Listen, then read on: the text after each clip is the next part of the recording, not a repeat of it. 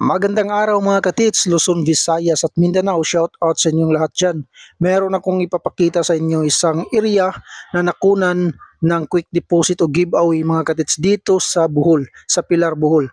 So ito ay hindi lang nag-iisa ang nakuha kundi tatlo yung nakuha mga katits. Pero ito isa-isahin natin kung paano ito nakuha based sa mga marker na nagtuturo papunta doon sa nakunan ng quick deposit mga katits. Ito ay nasa Sapa mga katits. Ito, panoorin natin mga katits. Alright mga katits, ito yung Sapa namin pinuntahan. Ito ay malayo mga katits sa aking tinitirahan, pero ito ay sinasadya talaga namin pinuntahan. So ito yung mga unang marka na bumubungad sa amin mga katits. Yan ay isang hole, dalawang hole na magkatabi mga katits. So ayan, patalakayin natin yan kung paano nakuha at ano ang meaning ng marka niyan mga katits. So ayan, panoorin muna natin itong video mga katits.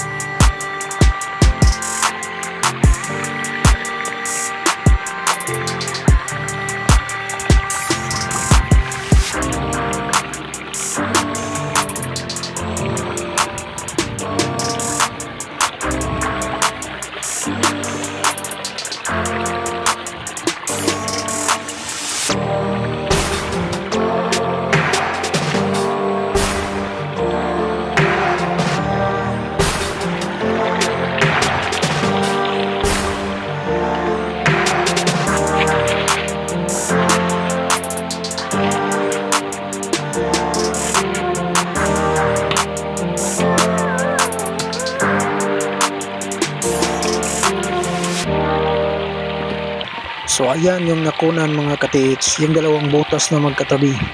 So yung isa ay isang marker at saka yung isa naman ay yan ang pinaglagyan. So duplicate yan mga katits. Marami, sa area na yan maraming butas kang makikita mga katits. So ganyan talaga kapag merong nakabaon o nakatagong quick deposit o giveaway sa area, ay marami talagang marka na yung makikita na magpapalito sa'yo. So akala mo yan ay mga ordinaryong butas lang, pero nagpapahiwatig pala yan mga katits ng isang pinaglagyan ng deposito. So yan o, balikan natin itong marka mga katits. So ayan mga katits, itong aking tinuturo na malapad na bato na talagang ginawang pointer ito mga katits, talagang straight yan doon papunta sa nakunan ng giveaway o quick deposit mga katits. Tantawa ato na layson.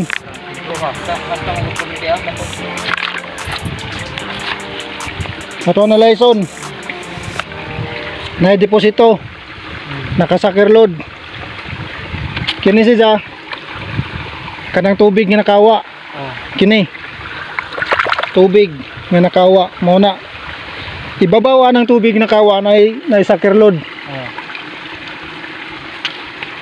Kini ang nagtudlo sa exact location kung asa dapat nakabaon gyud. Tanawa. Perting straight ni. Oh. But pasabot dihang dapita na ay sakir load sa ibabaw ng nakawa nga tubig. Oh. Tanawa. Totoon. Pointer. Arang straight Pointer. Kanay pa lang daan no? Kini siya ang bato. Kini siya muy diretso na oh. Tabon na rin. So kini siya nga marka, duplicate na siya. Duplicate. Grabe.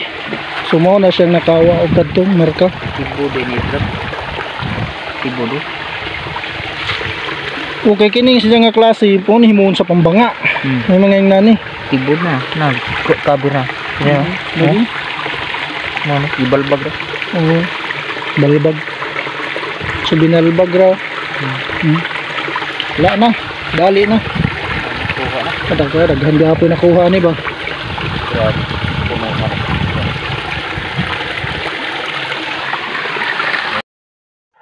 Alright mga katits, ating balikan itong marka. So atin itong tatalakayin kasi napakaganda ang mga marka na ito. Ito ay napakagandang kombinasyon na nagtuturo direkta mga katits sa nakuna ng isang giveaway. So una nating tatalakayin mga katits, bigyan natin ito ng mabilisang meaning.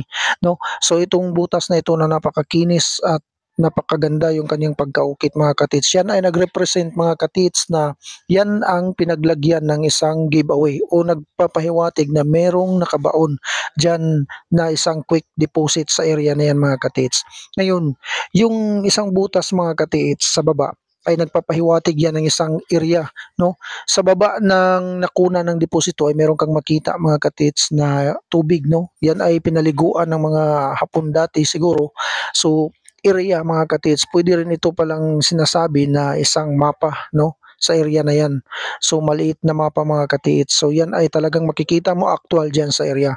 At ang nagtuturo mga katiits kung saan yung tamang pinagbaunan ay itong malapad na bato na matulis ang kanyang dulo mga katiits. Yan ay perfect na talagang straight doon patungo sa nakuna ng isang deposito mga katiits. So yan ang nagtuturo mga katiits. So napakaganda, napaka-perfect talaga yung pagkagawa ng marka. So yan ang bantayan natin mga katiits kapag ang area ay meron talagang nakabaon ay talagang bibigyan ka ng perfect combination mga katiits. Merong nagpapahiwatig ng deposito sa pinaglagyan at merong nagpapahiwatig sa area kung saan yan nakalagay mga katiits at meron ding nagtuturo patungo doon sa pinaglagyan ng deposito mga katits. So ayan o, atong balikan itong nakunan mga katits. Ayan, napakaganda talagang tingnan mga katits. Merong dalawang butas na magkatabi. So yung butas na magkatabi mga katits ay yung isa ay ang marka na nagpahiwatig na dyan banda ang pinaglagyan. So pag yan ay nakita mo, akala mo nakuna na kasi butas na, yun pala ay duplicate lang pala yan mga katits. Sa katabi pala niyan ay nandyan yung nakalagay o nakabaon mga katits yung quick deposit. At kung makikita mo sa area na to ay marami kang makikitang mga butas. Yan ay nagpapahiwatig lang talaga mga katits na pinaglagyan ng isang quick deposit. So yan ang ating bantayan kasi kapag hindi natin ito maigi, kapag hindi natin ito mababasa ng maayos mga katits, ang mga marka na nagpapahiwatig kung saan ito nakalagay o merong nakabaon ay malilito tayo at mawawala tayo mga katits kasi kapag ganito ang mga marka ay napakakomplikado pero napakadali lang pala itong kunin mga katits kapag malaman natin kung ano ang ibig sabihin. So yun mga katits, no? Marami pang nakunan dyan. So bali sa area na yan, 3 ang nakuha. Pero ito muna yung aking pinapakita sa inyo. At abangan nyo mga katits ang karugtong mga katits na video sa isa pang area o sa 2 pang area na nakunan dahil napakaganda yung mga ibang nakunan din mga katits. Meron din kayong makukuhang mga ideya at mga good combination, perfect combination sa mga marka na nagtuturo mga katits kung saan nakunan, kung saan nilagay yung deposito. So yun mga katits, no, sana ay meron kayong natutunan at meron kayong nakuhang magandang idea sa video ito mga katits. So yun lang ang masasabi ko, ay God bless sa ating lahat mga katits.